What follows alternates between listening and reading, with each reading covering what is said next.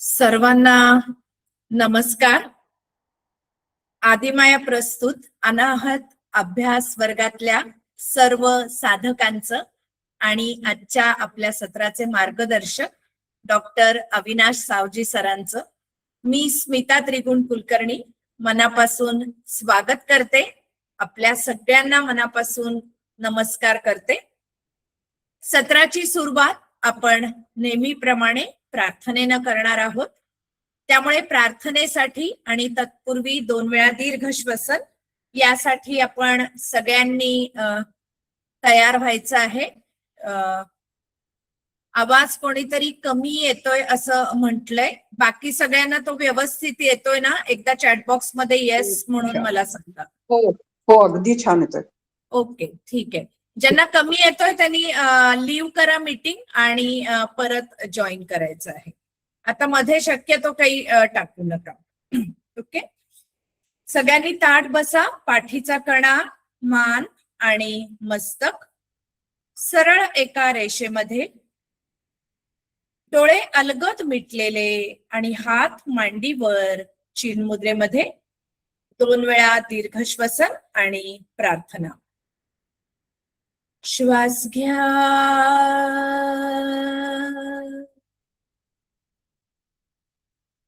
सोडा,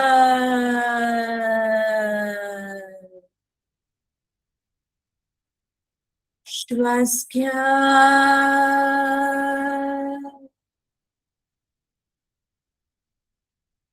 सोडा.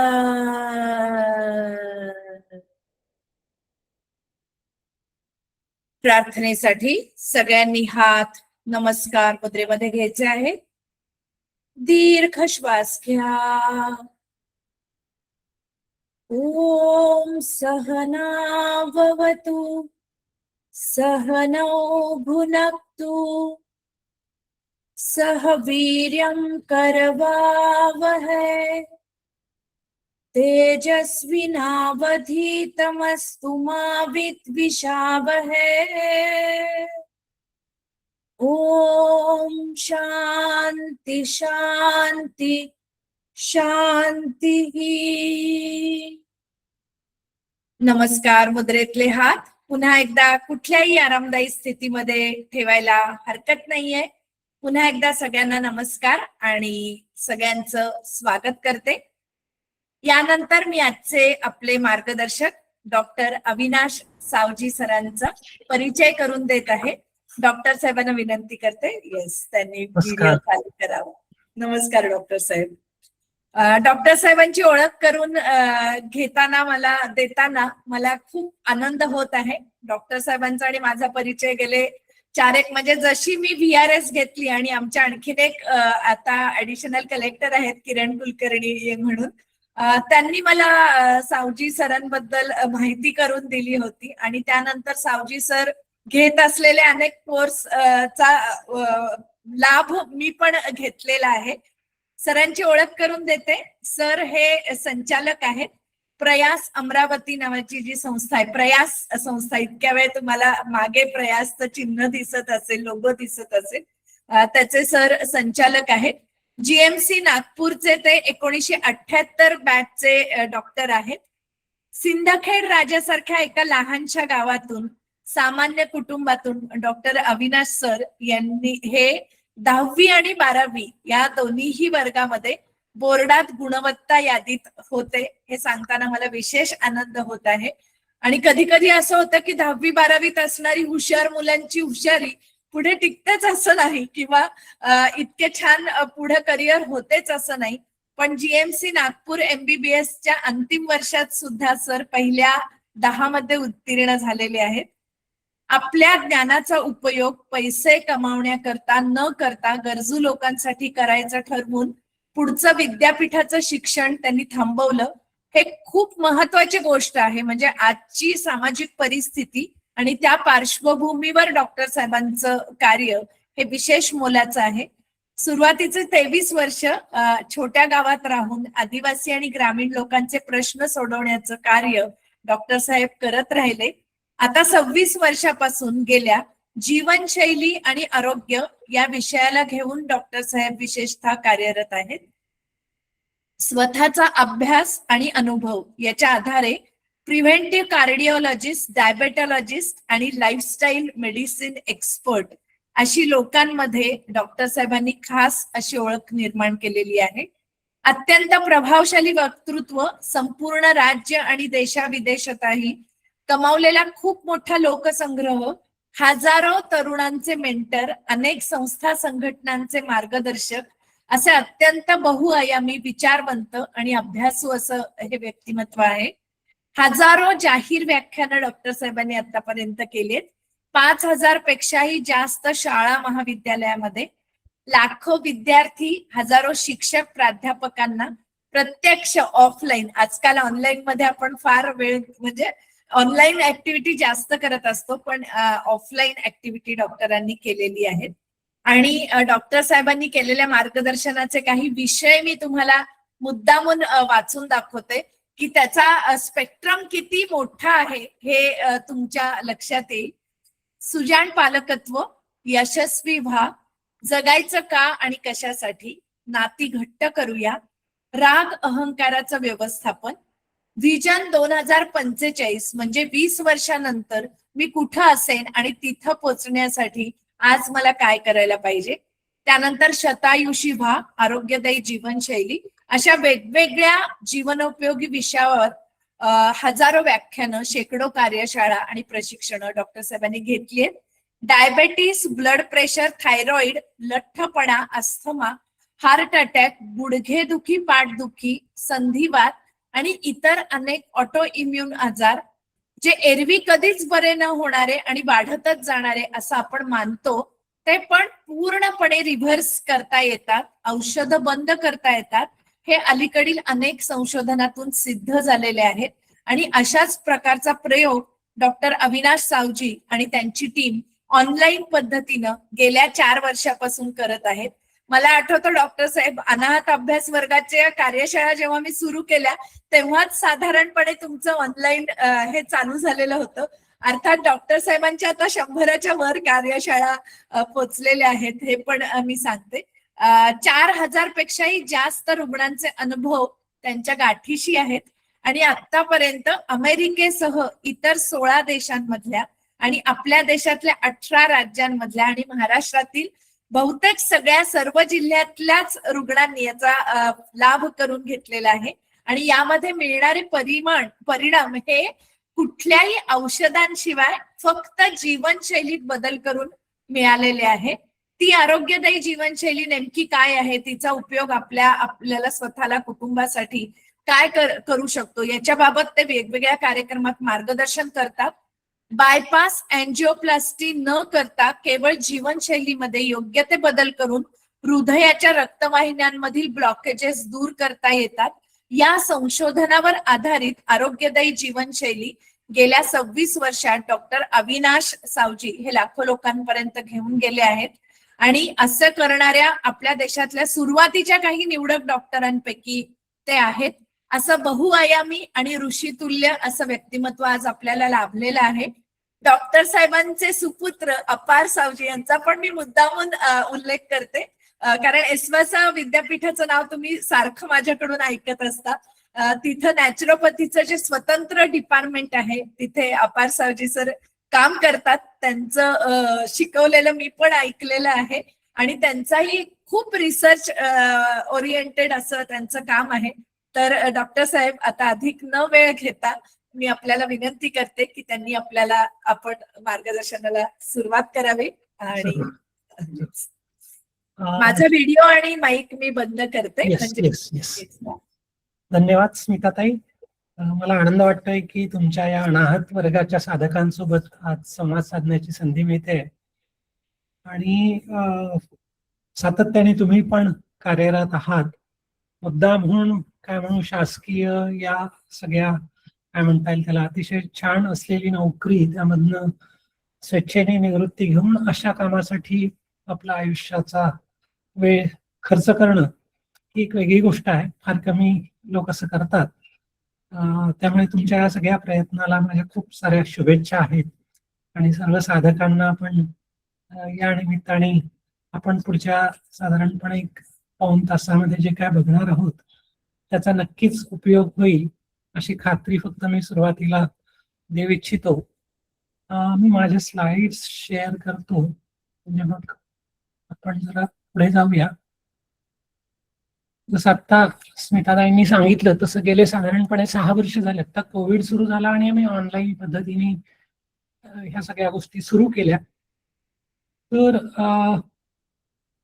मुळात ज्याला म्हणूया आपण की आरोग्य हा विषय कोविड नंतर जरा जास्त प्राधान्याने सगळीकडेच समोर आलेला आहे आणि मग यामध्ये आपण काय करू शकतो हे जर कळलं तर फायदा होतो. आणि असं लक्षात आलं की केवळ औषधं, दवाखाने, डॉक्टर कदाचित आपल्याला गरज पडेल तेव्हा उपयोगी येतील, पण अदरवाईज आपल्या हातात आहे बरंचसं आपल्या आरोग्याला सांभाळणं. खास करून आज जे जीवनशैलीचे आजार सगळीकडे वाढत चाललेले आहेत, अगदी आपण बघतोय आजची भारताची पण आकडेवारी जी आहे ती अतिशय काय म्हणू त्याला धोकादायक पातळीवरती जाऊन पोहोचलेली आहे. ओबेसिटी म्हणा तुम्ही, डायबिटीज, ब्लड प्रेशर, थायरॉइड आणि कितीतरी आजार, इव्हन मुलांमधली पण आकडेवारी अतिशय चिंताजनक पातळीवरती पोहोचली. त्यामुळे आपल्याला पुढच्या पिढीसाठी पण काही जर करायचं असेल तर आपल्याला आजच त्याची सुरुवात करावी लागेल. ओव्हरऑल हा विषय मी जो घेतो खूप ठिकाणी औषधाविना आरोग्य, आरोग्यदायी जीवनशैली, मुख्यत्वे 4 बिंदू याच्यामध्ये येतात: आहार, विहार, आचार, विचार, परिवर्तनाद्वारे रोगमुक्ती. त्यातला आहाराचा पाठ आज आपण घेणार आहोत फक्त.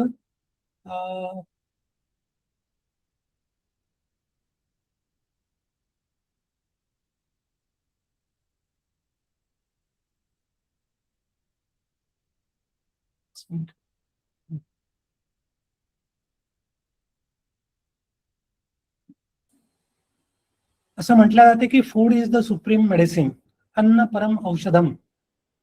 आपल्या आपण जे काय अन्न खातो त्याच्यामध्ये हजारो प्रकारचे केमिकल्स आहेत जे औषधासारखं काम करतात. तर ते योग्य पद्धतीने वापरता आलं तर. हे आपल्या ऋषीमुनींनी पण सांगितलं, अन्न परम औषधम चरक्षुश्रुतापासून सगळ्यांनी. आणि हीच गोष्ट हिपोक्रेटस, मॉडर्न मेडिसिनचा ज्याला म्हणतायत आपण पायोनियर ज्याला म्हणता येते, डॉक्टर हिपोक्रेटस, त्यांनी पण हीच गोष्ट सांगितली. म्हणजे ही सगळी शास्त्र खरं एकाच ठिकाणी जातात. ॲलोपॅथी म्हणून आपण मॉडर्न मेडिसिन ज्याला म्हणतो ते, की आयुर्वेद असेल, निसर्गोपचार असेल, योगशास्त्र असेल, मुळात हे सगळे शास्त्रांचं अंतिम ध्येय एकच आहे. साधनं पण जवळपास सारखी आहे. दुर्दैवाने आपण त्या मूलभूत गोष्टींकडे दुर्लक्ष करून वरवरच्या फार छोट्या गोष्टींमध्ये अडकलेलो आहे आज सगळी शास्त्र, असं दिसते आपल्याला. असं म्हणतात की आपला आहार जर योग्य असेल तर आपल्याला बहुधा डॉक्टरची आवश्यकता पडणार नाही आयुष्यात, क्वचितच पडेल.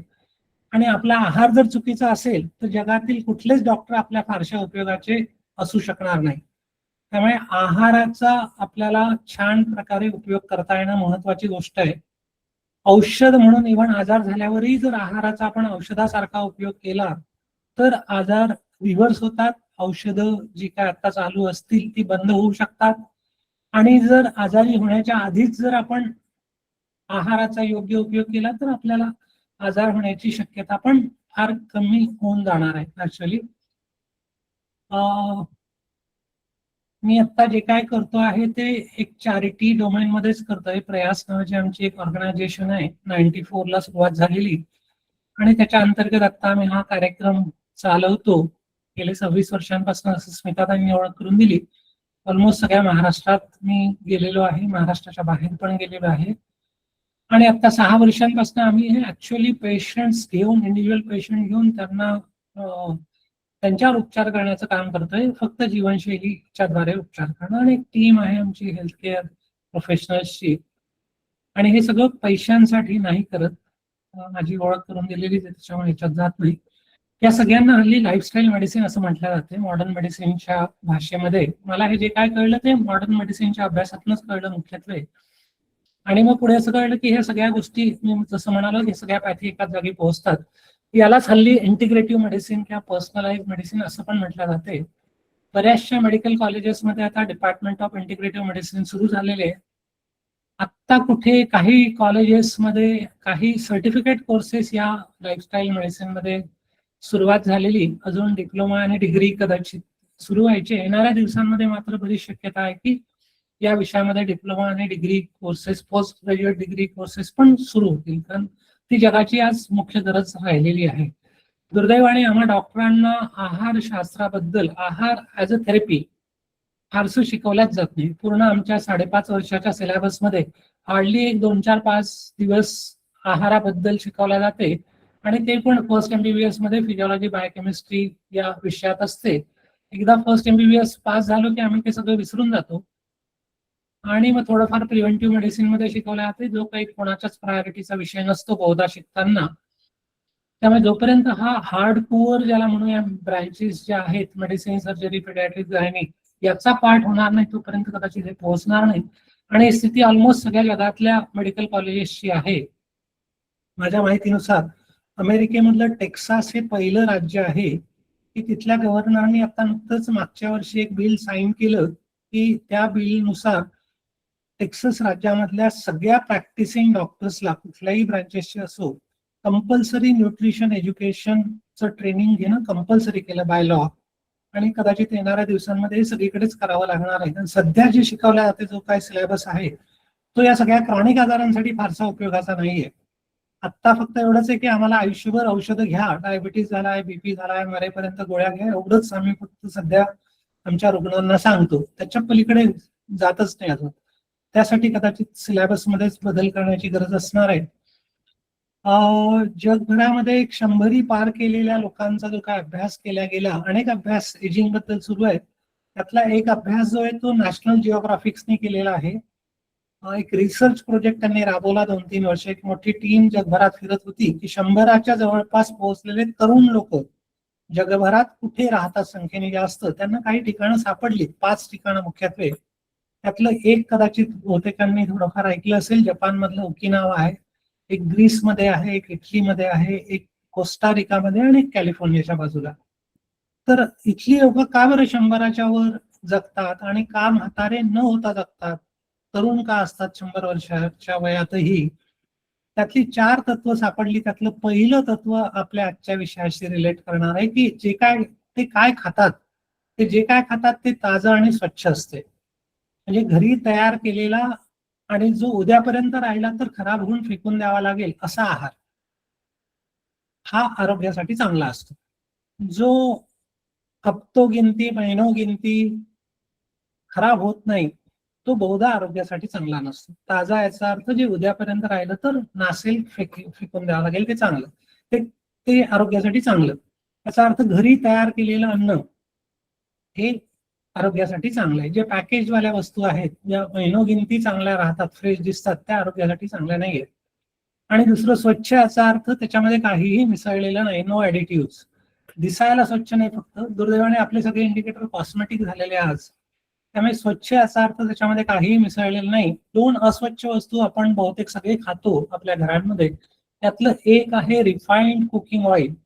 रिफाईंड स्वयंपाकासाठी जे तेल वापरले जाते ते बहुतेक घरांमध्ये रिफाईंड असते. ते अतिशय अस्वच्छ आहे आरोग्यशास्त्राच्या दृष्टीने. आणि दुसरं साखर, व्हाईट शुगर, पांढरी साखर. ती साखर पांढरी बनवायसाठी त्यामध्ये खूप सारे केमिकल्स वापरले जातात.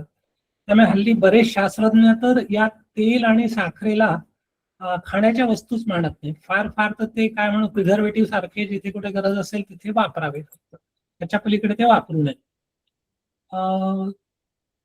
तर हा एक पहिला मुद्दा आहे, त्याच्याबद्दल आपण विस्ताराने बघणार आहोत. दुसरा मुद्दा जो लक्षात आला, फक्त मुद्दे सांगतो मी या 100 पार केलेल्या लोकांची, त्याच्या विस्तारात आज जात नाही, पण तो आपला आजचा विषय नाही. म्हणून शरीर श्रम, घाम गाळल्याशिवाय आयुष्याची लांबी वाढवता येत नाही, तारुण्य टिकवता येत नाही. त्यामुळे आपल्याला शरीर श्रम करत राहणं.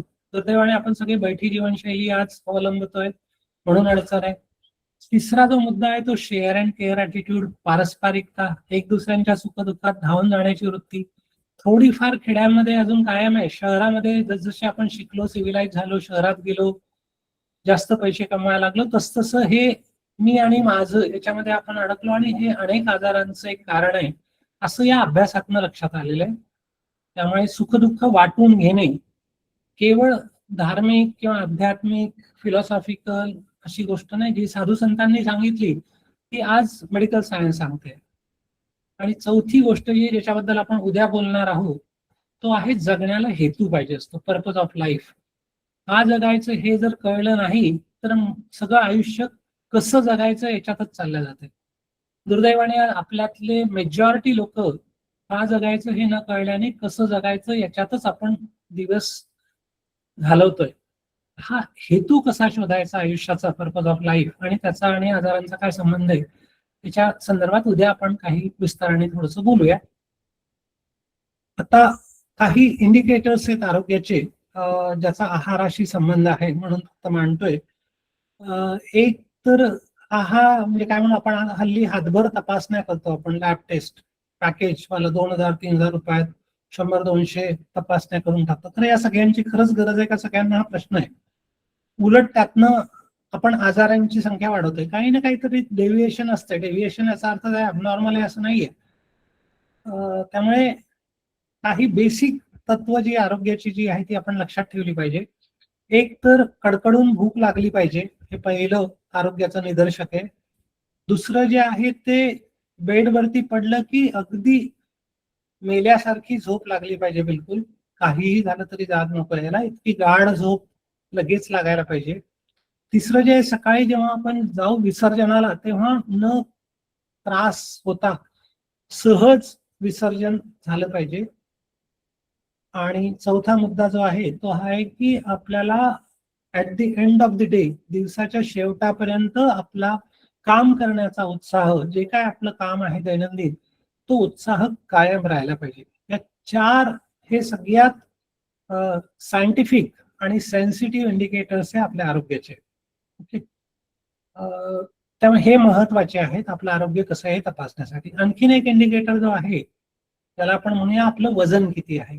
पण हल्ली आपण बघतोय, कारण वजन तुमचं किती आहे हे बरेचदा आपल्या म्हणजे बहुतांश वेळा आपल्या किचनचं निदर्शक असते, आपल्या आहाराचं निदर्शक असते.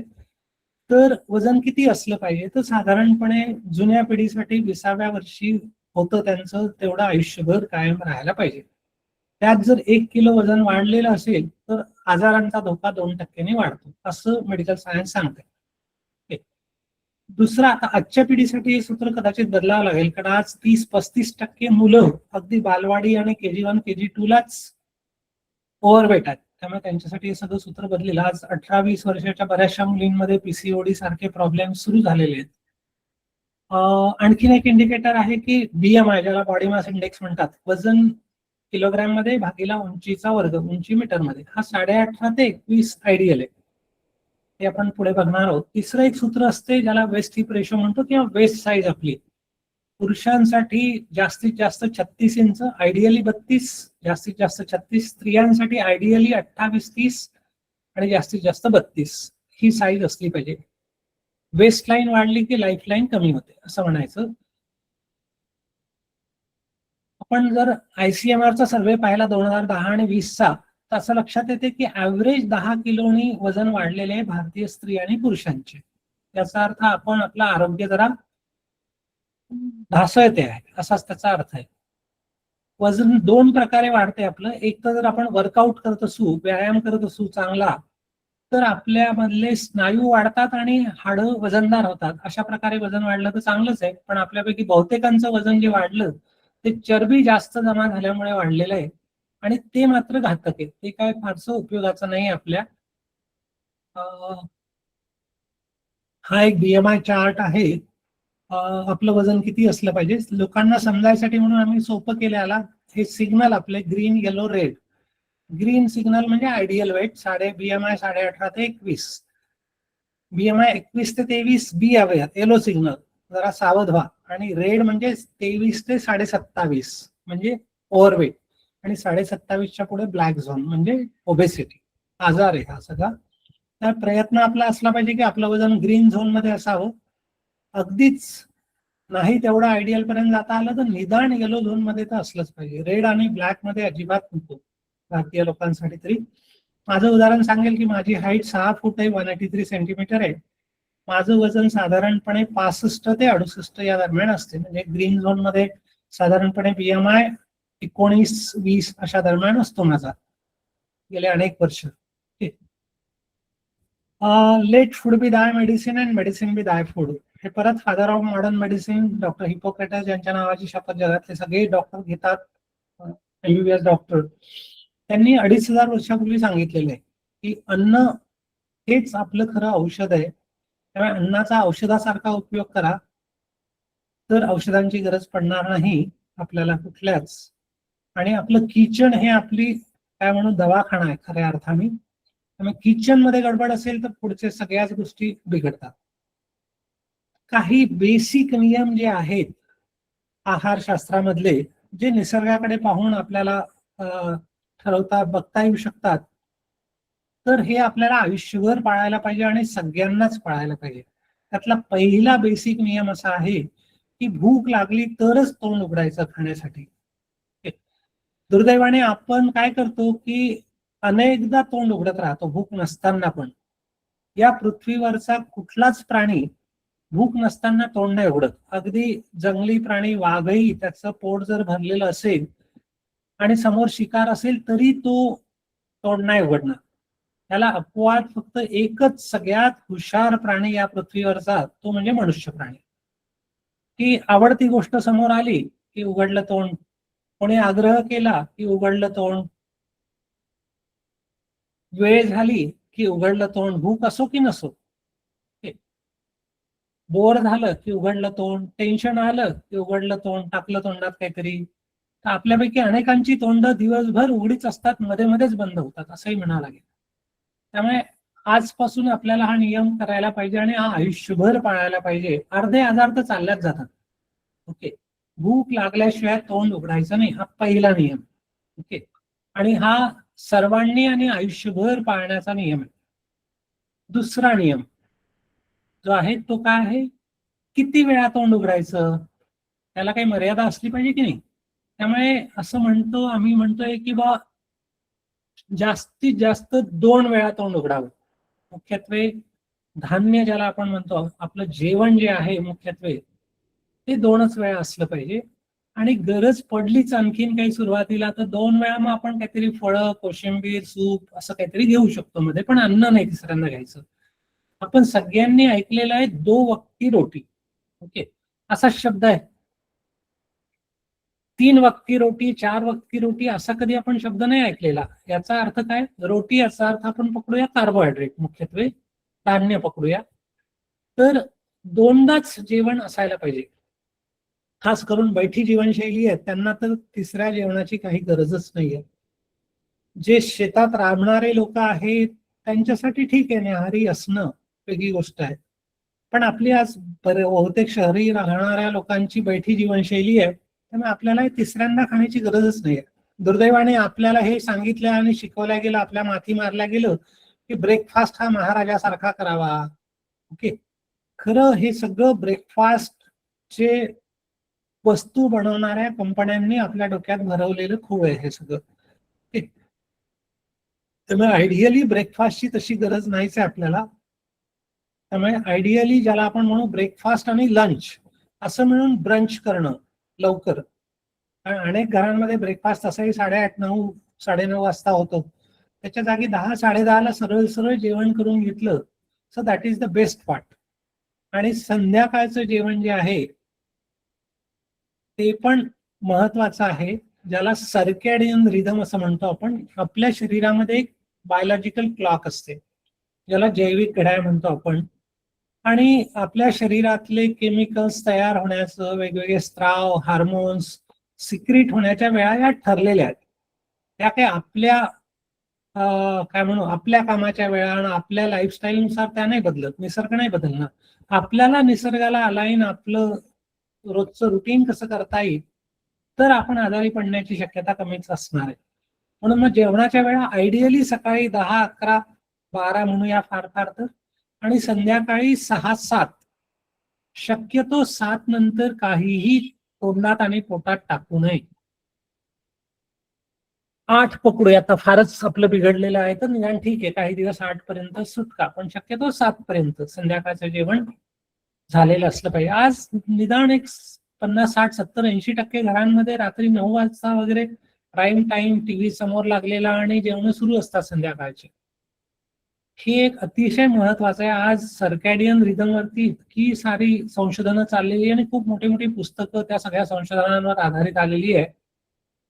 आज फक्त एवढी एक गोष्ट जरी आपण पाहिली की संध्याकाळी 7 नंतर जेवायचं नाही, तर असं पण लक्षात आलंय की डायबिटीस मध्ये ब्लड शुगरचा कंट्रोल हा जास्त चांगला होतो केवळ एवढा एक बदल केल्यामुळे. म्हणजे यातला कुठलाही एक जरी नियम पाळता आला सातत्याने तरी पण आपले आजार रिव्हर्स व्हायला लागतात.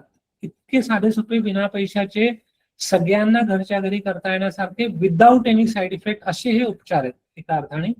आणि मुलांना पण ह्या सवयी जर लागल्या आधीपासून तर जास्त चांगलं.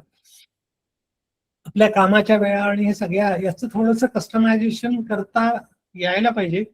खरं तर यानुसार आपल्या सगळ्या कामाच्या वेळा पण ऍडजस्ट करायला पाहिजे. पॉलिसीमध्ये पण कदाचित काही गोष्टी बदलण्याची गरज असू शकेल. कोणी सांगितलं की बा संध्याकाळी आपल्याकडे बहुतेक सगळ्या देशांमध्ये आपण जर डिनर टाइम पाहिले तर जपानमध्ये तर 5 वाजता वगैरेच आहे डिनर टाइम. US मध्ये पण संध्याकाळी 6, 6:30 डिनर टाइम आहे. UK मध्ये पण पाहिलं आपण तर युरोपमध्ये पण डिनर टाइम हा लवकरच आहे, अर्ली आहे, संध्याकाळीच. आपलाच देश कसा आहे की जिथे आपल्याकडे डिनर टाइम रात्री 8, 9 किंवा त्याच्यानंतर असतो.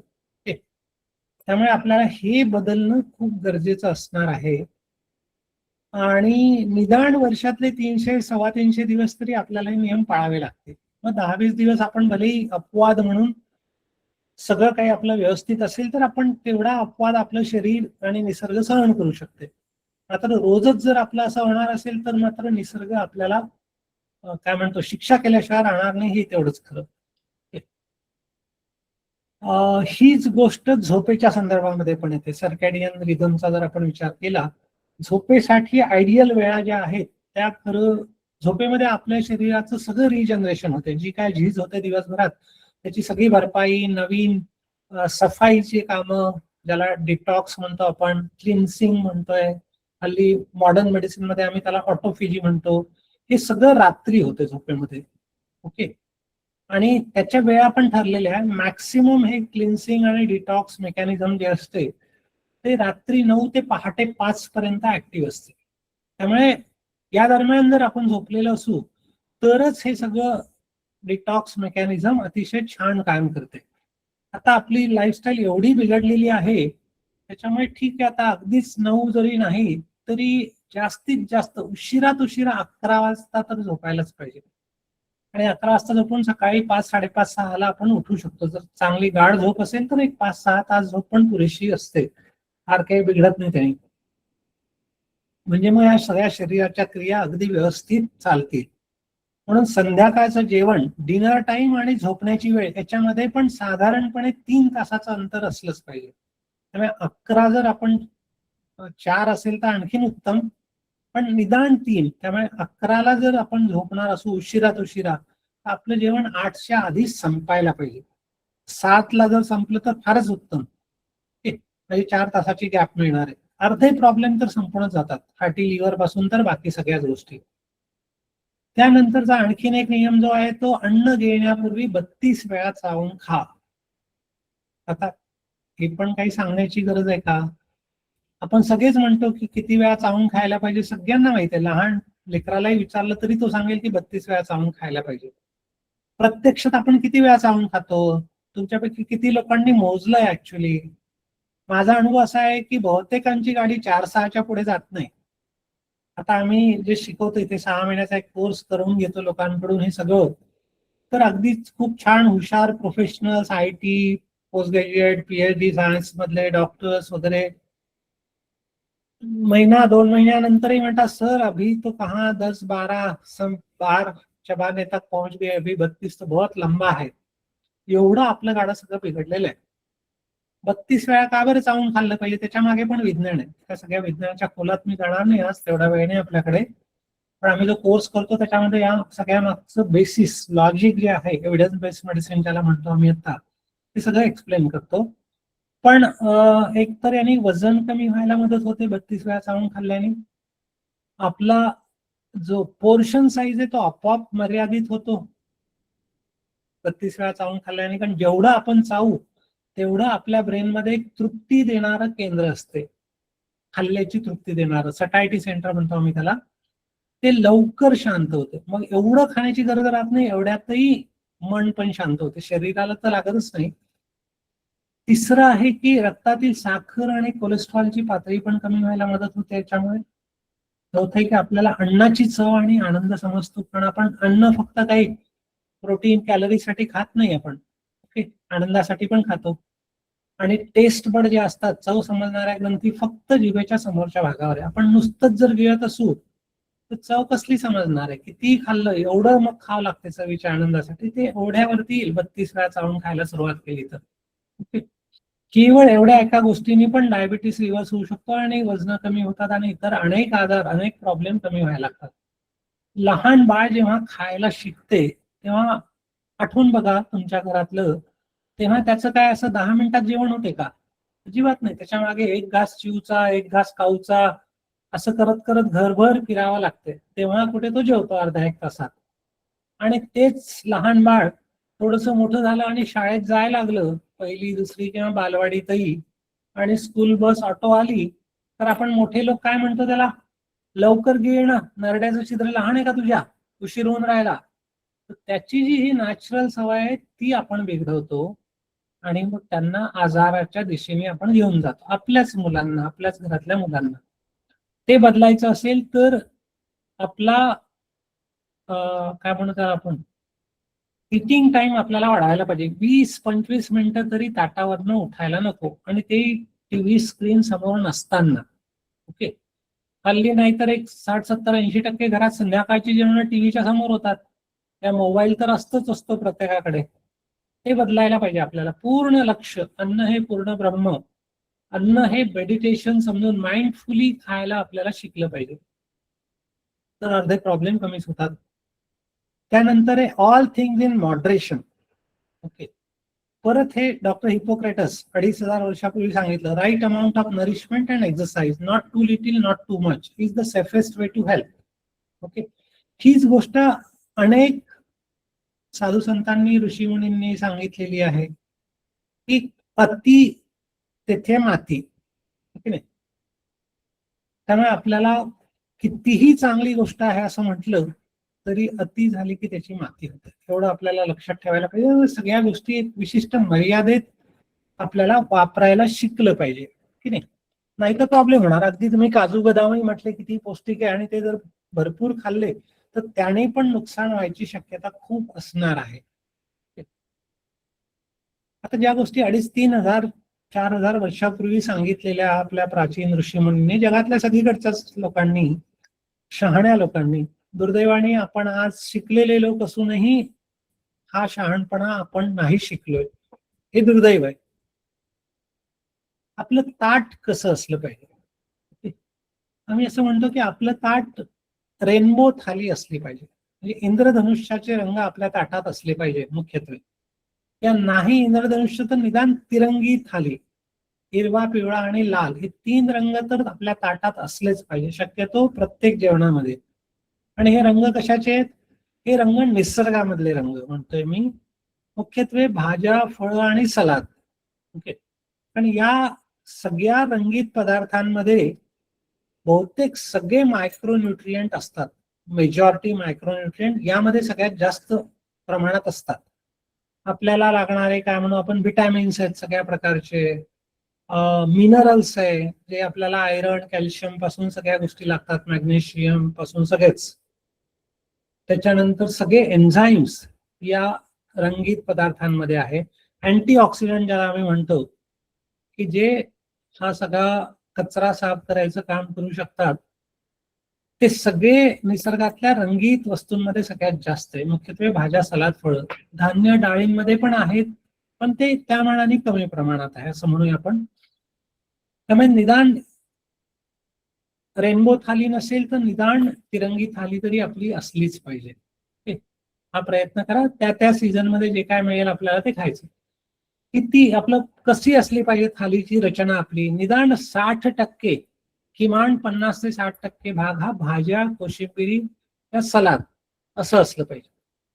आणि उरलेला एक 40% भाग जो आहे तो आपण धान्य, डाळी असं म्हणूया आपण फार फार तर.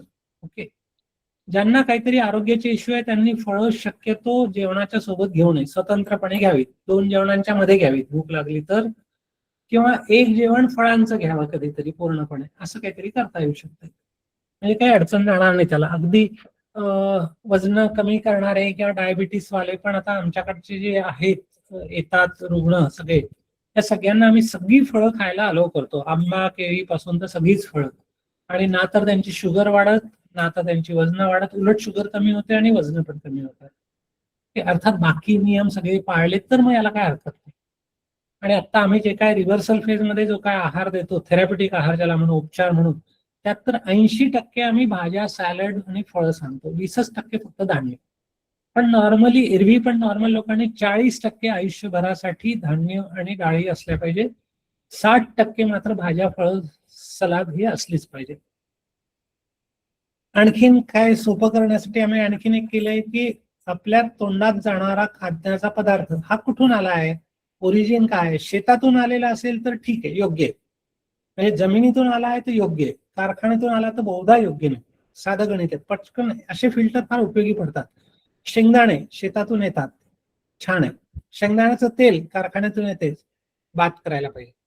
आलू शेतातून येतात, ओके. आलू चिप्स कारखान्यातून येतात, अजिबात ओके नाही. असे आपल्याला साधे सोपे फिल्टर करायला पाहिजे की जे अगदी बालवाडीच्या मुलांना पण कळलं पाहिजे की काय योग्य काय अयोग्य.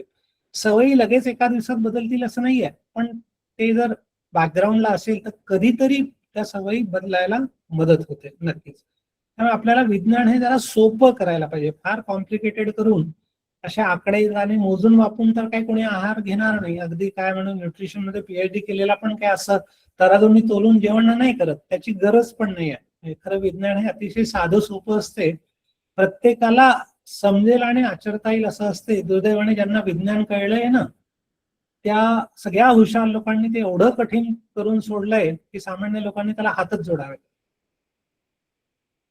काय खायला पाहिजे आपण आता? मुख्यत्वे काही नियम खाण्याच्या बद्दलचे, शक्यतो सीझनल, ज्या ऋतूमध्ये जे येते ते. जसं आता टरबूज खरबूज होते, आंबे होते, हे भरपूर पाहिजे आपल्याला. पुढे जांभळे येतील, पुढे सीताफळ पेरू येतील, त्यामुळे सीझनल असले पाहिजे. शक्यतो आपल्याला आज 12ही महिने सगळं पाहिजे खायला, तर ते काही फार चांगलं असणार नाही. त्याच्यात केमिकल्स आणि अशा सगळ्या गोष्टी असतील नक्कीच. त्याच्यानंतर दुसरं जे आहे ते लोकल, स्थानिक, रिजनल. आपल्या भागात जे पिकते ते आपल्यासाठी चांगलं असतं. त्यामुळे काश्मीर हिमाचलचे ऍपल सफरचंद काही आपल्यासाठी उपयोगाचे नाहीये. आणि तसंही न्यूट्रिशन वाईज जर आपण पाहिलं तर ऍपल पेक्षा पण आपला पेरू हा जास्त पौष्टिक आहे, प्रोटीन्स पासून सगळ्याच गोष्टींमध्ये, की नाही. त्यामुळे स्थानिक पदार्थ जे आपल्या भागात पिकतात ते, कमीत कमी प्रक्रिया केलेला, मिनिमल प्रोसेस्ड फूड. जास्त जेवढी प्रक्रिया करू तेवढं ते वाईट होते. त्यामुळे प्रोसेसिंग मेक्स फूड बॅड, एवढं लक्षात घ्यायचं आपण. ऊस खाल्ला तर चालतो, ऊसाचा रस एक प्रक्रिया केली आणखीन थोडं कमी दर्जाचं, गुळ आणखीन एक प्रक्रिया केली आणखीन कमी दर्जाचं, आणि साखर लास्ट, सगळ्यात वाईट ज्याला म्हणता येईल, अल्ट्रा प्रोसेस्ड फूड. शक्यतो शाकाहारी जेवण, असं म्हणतात की प्लांट बेस्ड होल ग्रेन आणि विगन डाएट. पण बऱ्याच ठिकाणी आम्ही पण जे आता डाएट प्रिस्क्राईब करतो ते विगन डाएट असतं. त्यामुळे दूध आणि दुधाचे पदार्थ पण आम्ही नाहीच म्हणतो, रिव्हर्सल फेज मध्ये तरी नाहीच. अंडी नॉनव्हेजचा तर प्रश्नच नाही, शाकाहारीच सांगतो. खूप सारे आजार मांसाहाराशी संबंधित आहेत, त्यामुळे ते टाळता आलं तर उत्तमच आहे. आणि सात्विक भोजन शक्यतो, जे आपण सगळीकडे म्हणतोय तशा पद्धतीचं. काय भरपूर खाऊ शकतो आपण? फळं भरपूर खाऊ शकतो, काय अडचण नाही. दुर्दैवाने आजही अशी परिस्थिती आहे की एखाद्या घरात फळं आले तर लोक विचारतात कोण आजारी आहे का, म्हणजे फक्त आजारी माणसांनी फळं खायचे असा अर्थ होतो. दुसरा आहे सलाद भरपूर पाहिजे. सगळ्या प्रकारच्या बिया म्हणून धान्य, अंकुरित त्या डाळी म्हणूया आपण, थोडेफार तेल बिया म्हणूया, शेंगदाणे तीळ सारखे, आणि काही नट्स थोडेफार. ओके.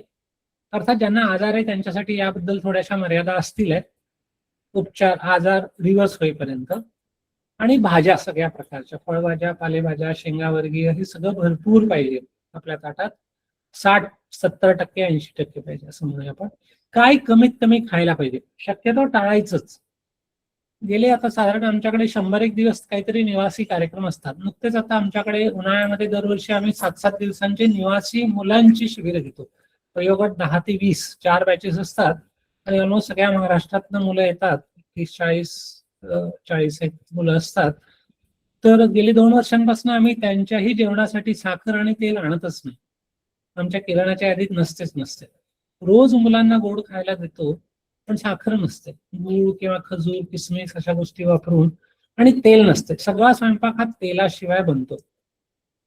अर्थात तेल ज्यापासून बनते त्या गोष्टी आम्ही वापरतो, शेंगदाणे, तीळ, खोबरं, ह्या गोष्टी भाज्यांमध्ये वापरतो, ते सगळ्यात उत्तम, की नाही.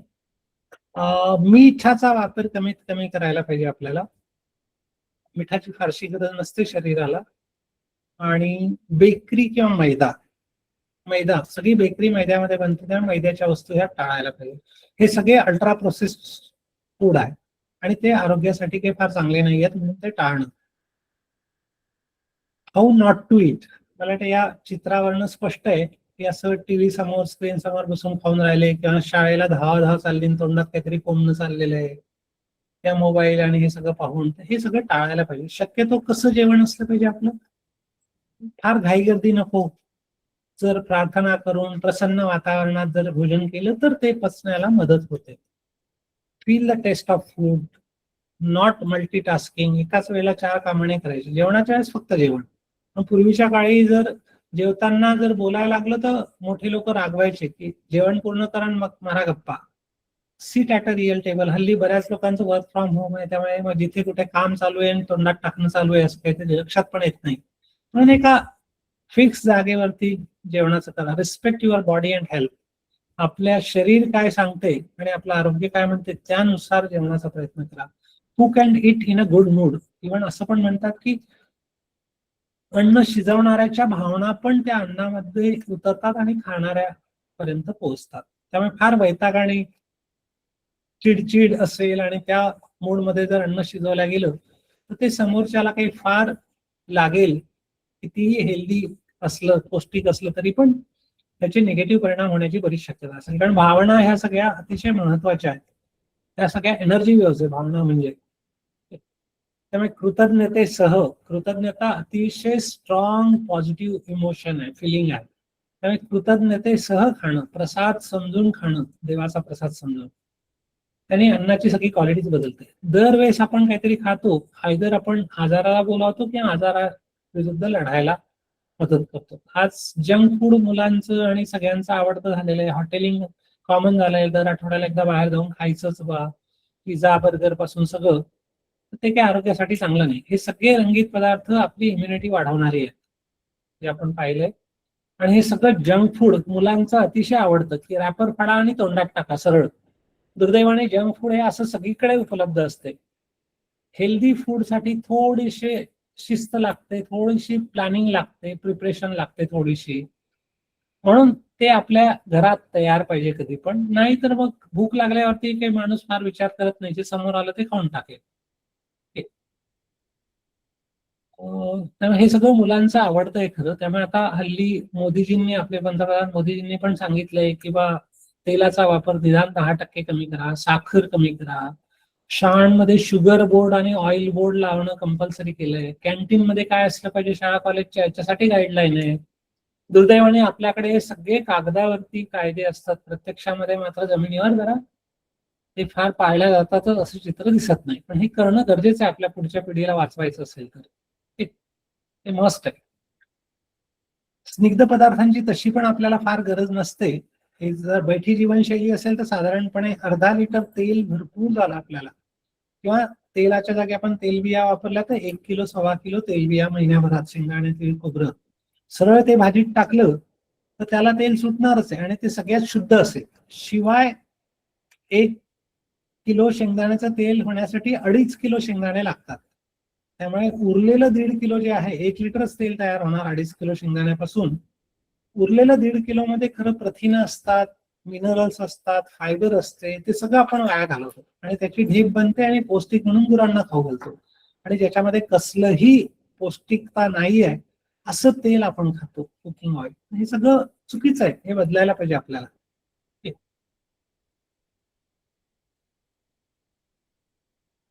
त्यामुळे तेला तुपाची गरज 20 gram per person per day, फार फार तर त्याच्यापेक्षा जास्तची गरज नाही आपल्याला. हा एक चार्ट आम्ही केलेला आहे. त्याला कॅलरी चार्ट तर सगळीकडे सापडतात आपल्याला. त्याच्याच पुढे आम्ही फक्त एक कॉलम ऍड केला अनुभवाच्या आधारे की तेवढ्या कॅलरी खर्च करायला किती चालावं लागेल. आणि मग सांगताना आम्ही फक्त असंच सांगतो, 1 कप साखरेचा चहा घेतला तर 1.2 किलोमीटर चाला. 2 बिस्किट खाल्ले 50 कॅलरी म्हणजे 1 किलोमीटर चाला. 1 ब्रेडची स्लाइस म्हणजे 1.4 किलोमीटर. ओके. एक काय म्हणू आपण आईस्क्रीम, हल्ली आईस्क्रीमचे दिवस आहे. 1 कप आईस्क्रीम म्हणजे 180 कॅलरीज म्हणजे 3.6 किलोमीटर चाला. 1 समोसा म्हणजे 4 किलोमीटर. 1 प्लेट भजे म्हणजे 4 किलोमीटर. तर हे जरा आपल्याला माहिती पाहिजे. हे आता हे अशा भाषेत बालवाडीच्या मुलांना पण कळते. त्यामुळे मुलं पण म्हणतात मम्मी मम्मी 2 किलोमीटर बिस्किट देऊ.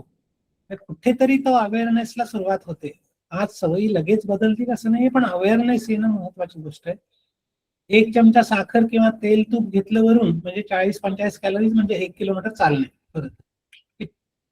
त्यामुळे आहार ही खूप महत्वाची गोष्ट आहे. वजनाच्या मॅनेजमेंटसाठी आहाराचा रोल 80%. दुर्दैवाने अनेकांना असं वाटतं आम्ही वर्कआउट करतो, जिम मध्ये जातो वजन कमी करायला, पण या सगळ्या फिजिकल ऍक्टिव्हिटीचा रोल 20%च आहे, फारसा नाहीये वेट मॅनेजमेंट मध्ये आणि इव्हन आजाराच्या रिव्हर्सल मध्ये. फिजिकल ऍक्टिव्हिटी पाहिजेतच, कंपल्सरी आहेत. त्या 3 प्रकारच्या पाहिजे. आता त्याच्या खोलात मी जाणार नाही, दाखवून देतो एक स्लाइड. 3 प्रकारचे व्यायाम आपल्यासाठी मस्ट आहेत. एक कार्डिओ ज्याला म्हणतो आपण, ते साधारणपणे 40-45 मिनिटं. दुसरं स्ट्रेचिंग म्हणजे योगासन म्हणूया आपण त्याला, सूर्यनमस्कार एक 30 मिनिटं तरी.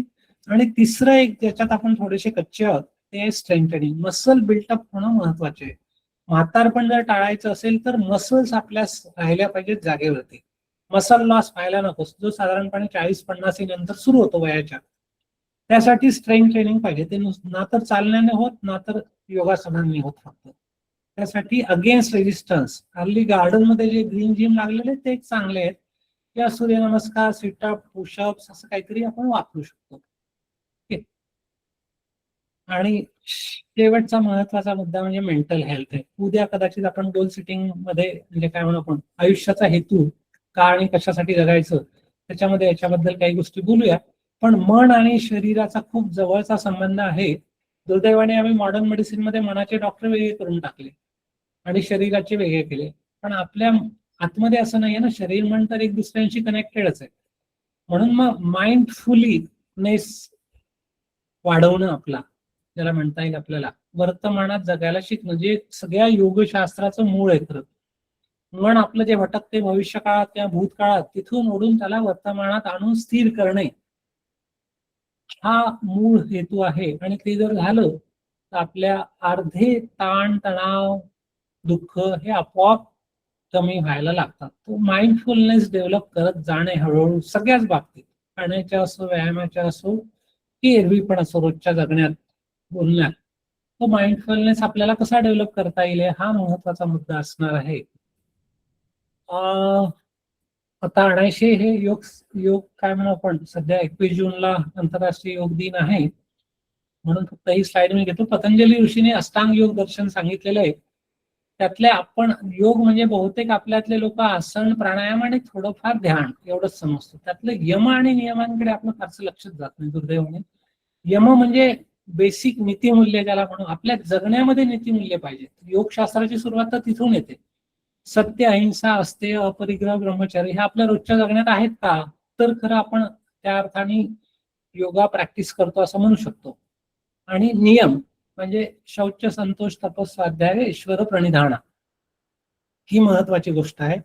आणि यासाठी मग आपल्याला रोजची एक काय म्हणू दिनचर्या, केव्हा उठायचं, केव्हा झोपायचं, केव्हा खायचं, किती खायचं, हे सगळे रोजचे जगण्याचे नियम. इथून खरं योगशास्त्राची सुरुवात होते. दुर्दैवाने आपण डायरेक्ट आसनांवरती उडी मारतो आणि प्राणायाम करतो. त्याच्यानंतरचे जे 5वी आणि 6वी पायरी आहे ती पण तेवढीच महत्वाची, प्रत्याहार आणि धारणा. प्रत्याहार याचा अर्थ इंद्रियांचा आहार. आपण डोळ्याने काय बघतो, कानाने काय ऐकतो, तोंडाने काय बोलतो, चुकीचं ऐकलं, चुकीचं बघितलं, चुकीचं बोललं तर त्याचे दुष्परिणाम हे होणारच आहेत. त्यामुळे प्रत्याहार म्हणजे इंद्रियांवरती संयम पाळणं. आणि धारणा म्हणजे जे आपण धारण करतो ते आपली बिलीफ सिस्टीम. ओके. एक ब्रूस लिप्टन नावाचा जगप्रसिद्ध शास्त्रज्ञ आहे, न्यूटन, आईन्स्टाईनच्या बरोबरीचं म्हणलं जाते, आहे अजूनही. त्यांचं एक पुस्तक आहे बायोलॉजी ऑफ बिलीफ.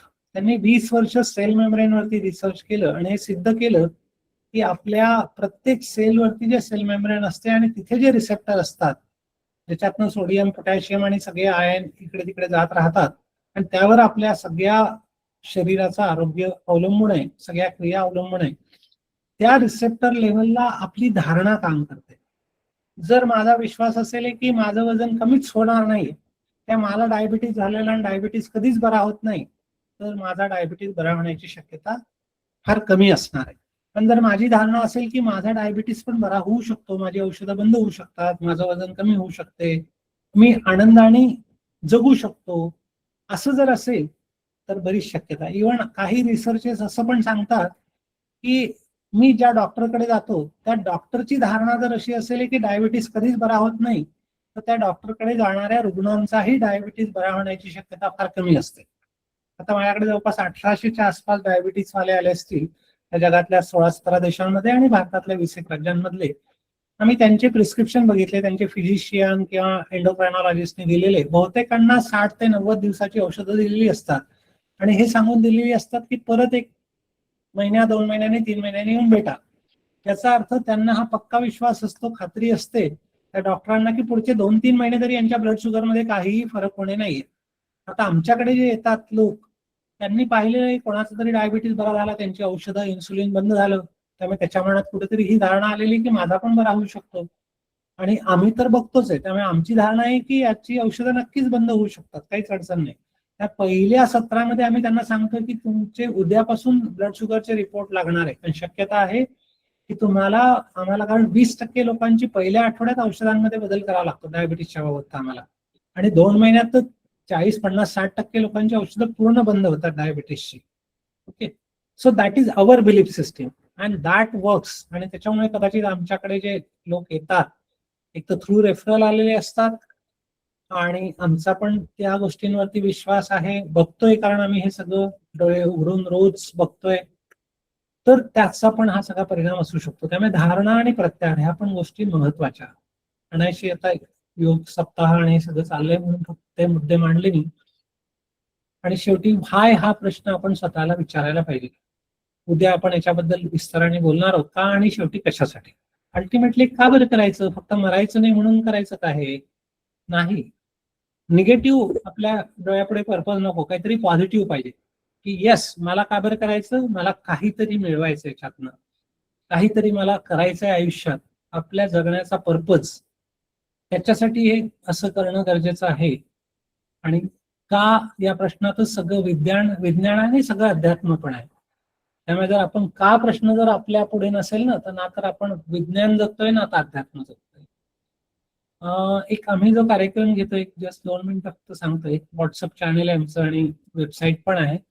एक आमचं अमरावतीला एक छोटं ट्रेनिंग सेंटर आहे, त्या ठिकाणी आम्ही ऑफलाईन गोष्टी घेतो आणि आता तर मेजॉरिटी गोष्टी ऑनलाईनच होतात आहे. हे माझे कॉन्टॅक्ट डिटेल्स पण आहे त्याच्यामध्ये आमचे. तुमच्यापैकी कोणाला जर असं वाटलं तर आता हा एक कार्यक्रम कोविड झाल्यापासून सुरुवात झालेली आहे. आधी तर आमच्याकडे ऑफलाईन शिबिर घ्यायचो आम्ही 5-5 दिवसांची निवासी, पण आता हा ऑनलाईन करतोय. प्रयास संस्थेचं नाव disease reversal weight loss and wellness program. Basically मी आहे, माझ्यासोबत डॉक्टर जीवनलाल गांधी नावाचे 93 वर्षाचे तरुण डॉक्टर आहेत. त्यांच्या काळातले इंटिग्रेटेड डिग्री युरोप अमेरिकेत राहिलेले, आणि आता ते माझ्यासोबत असतात या सगळ्या कार्यक्रमात. आणि बाकी पण टीम आहे आमची. गेले 6 वर्षात आमच्या 114 हिंदी बॅचेस झाल्या आणि 29 इंग्लिश बॅचेस झाल्या. ऑलमोस्ट 4000 प्लस पार्टिसिपंट झाले.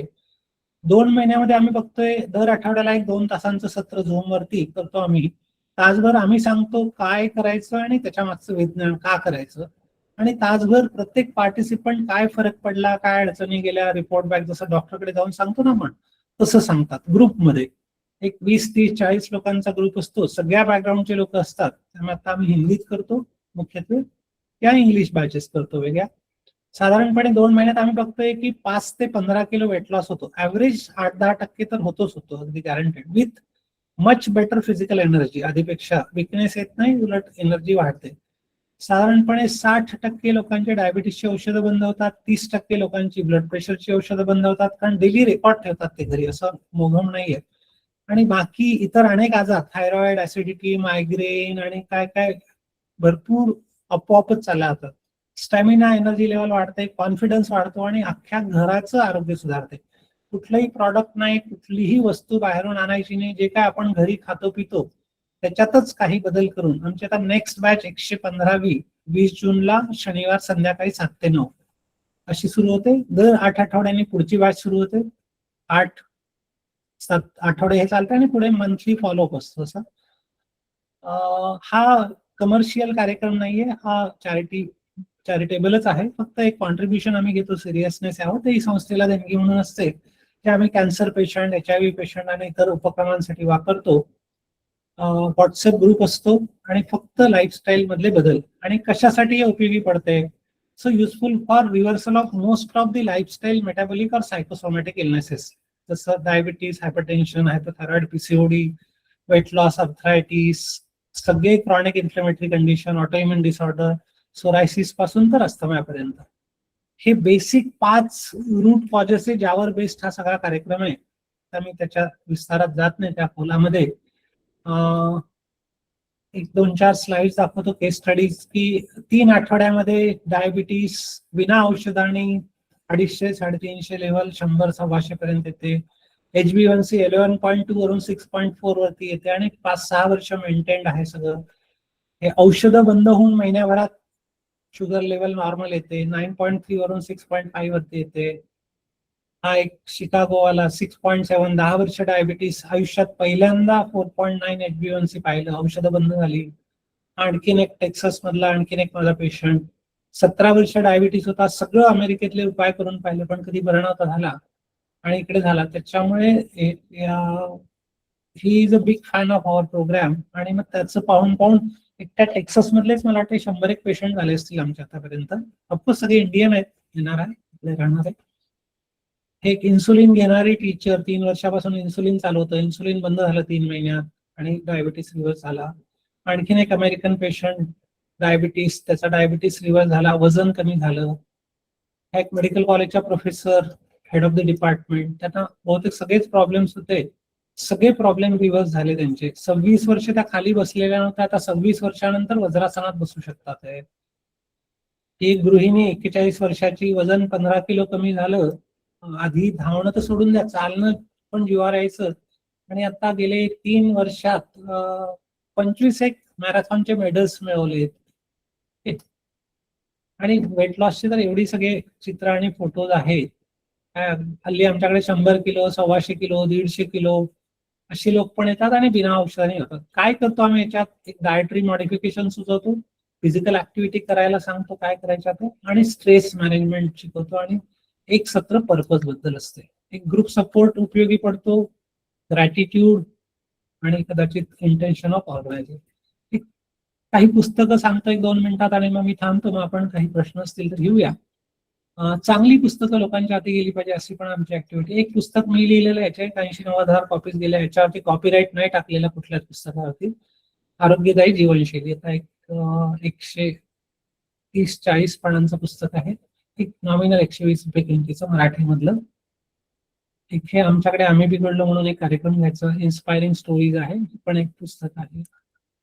हे एक जागतिक कीर्तीच्या आहार तज्ञ, भारताची पहिली लेडी केम्ब्रिज पीएचडी मराठी मुलगी, त्यांनी रिटायरमेंट नंतर केलेले प्रयोग, डॉक्टर कमला सोनेंचा आहार गाथा. ती माझ्यासोबत मी म्हणालो, डॉक्टर जीवनलाल गांधी 93 वर्षाचे डॉक्टर, बरीच पुस्तकं त्यांनी लिहिलेली. त्यांचं हे पुस्तक आहे आपला आहार आपले आरोग्य. इथे लोकल वर्तमानपत्रांमध्ये पण लिहित असतात. असाध्य व्याधीसाठी योग निसर्गोपचार, हे गांधी सरांचं पुस्तक आहे. हे जगातला पहिला कार्डिओलॉजिस्ट की ज्यांनी हार्टचे ब्लॉकेजेस रिव्हर्स होतात ते सिद्ध केलं रिसर्चद्वारे. त्या पुस्तकाचं मराठीमधलं भाषांतर हृदयविकार निवारण. डॉक्टर अभय बंगांबद्दल बहुतेकांना माहिती आहे. बायोलॉजी ऑफ बिलीफ मी तुम्हाला आत्ताच सांगितलं, ब्रूस लिप्टनचं. हे पुस्तक जरूर सगळ्यांनी वाचावं असं सुचवेल. उद्या आपण या पुस्तकाबद्दल जरूर बोलूया, अर्थाच्या शोधात. डॉक्टर व्हिक्टर फ्रँकल, 29 विद्यापीठांनी डॉक्टरेट दिलेला सायकियाट्रिस्ट, त्याला त्याच्या जगण्याचा अर्थ कसा सापडला त्याची कहाणी आहे. इकिगाई एक परत ओकिनावा बेटाची देण आहे, जरूर वाचा, उद्या बोलूया. आमच्याकडे उन्हाळी शिबिर असतात, त्याच्या स्लाइड्स आहेत. की आणखीन काही ज्यांना जरा अजून अभ्यास करायचा असेल त्यांच्यासाठी काही पुस्तकं सांगतो. Doctor Dean Ornish, American cardiologist आहे, त्यांचं एक पुस्तक आहे 89 सालचं, 90-92 सालचं, the program for reversing heart disease. ते अजूनही आहेत, त्यांची अजून पुस्तकं आहे. आता हे स्पेक्ट्रम म्हणून आलेलं आहे, scientifically proven programme for wellness, weight loss and long term health. Undo it, आजार झालेले त्याला रिव्हर्स करा. ओके, हे परत त्यांचं आणखीन एक पुस्तक आहे. चायना स्टडी न्यूट्रिशन मधलं बायबल असं म्हटलं जाते, डॉक्टर कोलिन कॅम्बेल यांनी लिहिलेलं. हे बायोलॉजी ऑफ बिलीफ बोललं मी. हा मायकल ग्रेगर, आणखीन एक मोठा माणूस, मोठा डॉक्टर, यांची बरीच पुस्तकं आहे. How not to die, how not to age, how not to diet. 600 पानांची पुस्तकं आणि रेफरन्सेस 12,000 रेफरन्सेस आहेत. हे नील बर्नार्ड, आणखीन एक अमेरिकन डॉक्टर, रिव्हर्सिंग डायबिटीस म्हणून, प्रोग्राम फॉर रिव्हर्सिंग डायबिटीस. हा लॅन्सेटचा पहिला रिसर्च पेपर, डायबिटीस रिव्हर्सलचा, लाईफ विदाउट डायबिटीस. परत हे ब्ल्यू झोन्स, म्हणजे नॅशनल जिओग्राफिकची सिरियल सांगितली, जरूर बघा तुम्ही नॅशनल जिओग्राफिकला, ब्ल्यू झोन्स नावाने. युट्यूबला पण तुम्हाला भरपूर सापडेल, त्यावरती बेस्ट हे पुस्तक आहे. या ठिकाणी मी थांबतो. काही गोष्टी मांडण्याचा प्रयत्न केला मी. आपण माझा नंबरही जर कोणाला पाहिजे असेल तर लिहून घ्या, आहे खरं, या शेअर पण करता येईल चॅटमध्ये. 9420722107. एवढंच आहे की बराच बिझी असतो, त्यामुळे व्हॉट्सअपवरती मेसेज करा काही जर असेल तर, आणि बोलता येईल. सर्वांना धन्यवाद आणि खूप साऱ्या निरामय आणि निरोगी आयुष्यासाठी शुभेच्छा. अर्थपूर्ण पण आयुष्य असलं पाहिजे यासाठी पण शुभेच्छा. खूप धन्यवाद डॉक्टर साहेब. अतिशय नेहमीप्रमाणे छान सोप्या शब्दात आणि ऍप्लिकेबल अशा टिप्स सगळ्या. छोटे छोटे बदल किती मोठे बदल घडवून आणतात हे खूप छान सांगितलेलं आहे. आज योगायोगानं तुम्ही ब्रूस लिप्टनचं नाव घेतलं आणि आज सकाळपासून मी तेच पुस्तक पुन्हा रेफर करत होते आणि Yes. असा विचार मनात आला की ह्या पुस्तकाचं आपण थोडक्यात ग्रुपवर सांगावं, म्हणून मी आज दुपारपासून ते पुस्तक घेऊन बसले होते. तर थँक्यू व्हेरी मच. काही प्रश्न हातवर आलेले आहेत, त्यांना आपण बरोबर. एक 10 ते 15 मिनिटं घेऊयात आणि मग थांबूयात. हो, चालेल. मृदुलाताई, मग माधुरीताई आणि मग दर्शनाताई. मृदुलाताई बोला. आणि प्रश्न विचारल्या नमस्कार. लगेच करा, म्हणजे डॉक्टर साहेबांचं ऐकायला येईल छान. ओके, ठीक आहे. धन्यवाद. डॉक्टर साहेब धन्यवाद. खूप छान माहिती दिली. स्मिताताई खूप छान तुम्ही हे चालू केलं आहे, त्याच्याबद्दल धन्यवाद.